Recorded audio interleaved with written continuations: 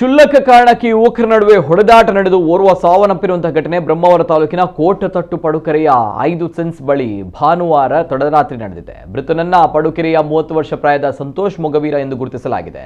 ಇನ್ನು ಕೊಲೆ ಪ್ರಕರಣಕ್ಕೆ ಸಂಬಂಧಿಸಿ ಆರೋಪಿಗಳಾದ ದರ್ಶನ್ 21 ವರ್ಷ, ಕೌಶಿಕ್ 21 ವರ್ಷ, ಅಂಕಿತಾ 19 ವರ್ಷ ಮತ್ತು ಸುಜನ್ 21 ವರ್ಷ ಎಂಬ ಮೂವರನ್ನು ಬಂಧಿಸಲಾಗಿದ್ದು ನ್ಯಾಯಾಲಯಕ್ಕೆ ಹಾಜರುಪಡಿಸಲಾಗಿದೆ. ಭಾನುವಾರ ರಾತ್ರಿ ಎಣ್ಣೆ ಪಾರ್ಟಿ ಮಾಡಿ ಕ್ಷುಲ್ಲಕ ವಿಚಾರಕ್ಕೆ ಪರಸ್ಪರ ಹೊಡೆದಾಡಿಕೊಂಡಿದ್ದಾರೆ.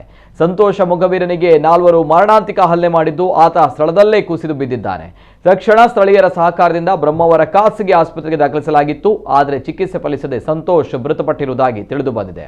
ಮೃತ ಸಂತೋಷ್ ಸಚಿನ್, ಚೇತನ್, ಕೌಶಿಕ್, ಸುಜನ್ ಮತ್ತು ದರ್ಶನ್ ಅವರು ಬಾರ್ನಲ್ಲಿ ಪಾರ್ಟಿ ಮುಗಿಸಿ ಪಡುಕೆರೆಯ ಸರ್ಕಲ್ಗೆ ಬಂದು ಅಲ್ಲಿ ಊಟ ಮಾಡಿಕೊಂಡು ಮಾತನಾಡ್ತಿರುವಾಗ ಈ 4 ಸಂತೋಷನ ಕೌಟುಂಬಿಕ ವಿಚಾರದಲ್ಲಿ ನಿಂದಿಸಿದ್ದಾರೆ ಎನ್ನಲಾಗಿದೆ. ಹೊಡೆದಾಟದ ಬಳಿಕ ಹಲ್ಲೆಗೊಳಗಾಗಿದ್ದ ಗಾಯಾಳು ಸಂತೋಷನ್ನ ಬ್ರಹ್ಮಾವರ ಆಸ್ಪತ್ರೆಗೆ ಕರೆದುಕೊಂಡು ಹೋದಾಗ ಅಲ್ಲಿ ವೈದ್ಯರು ಸಾವನ್ನಪ್ಪಿದ್ದಾನೆ ಎಂದು ಘೋಷಿಸಿದ್ದಾರೆ.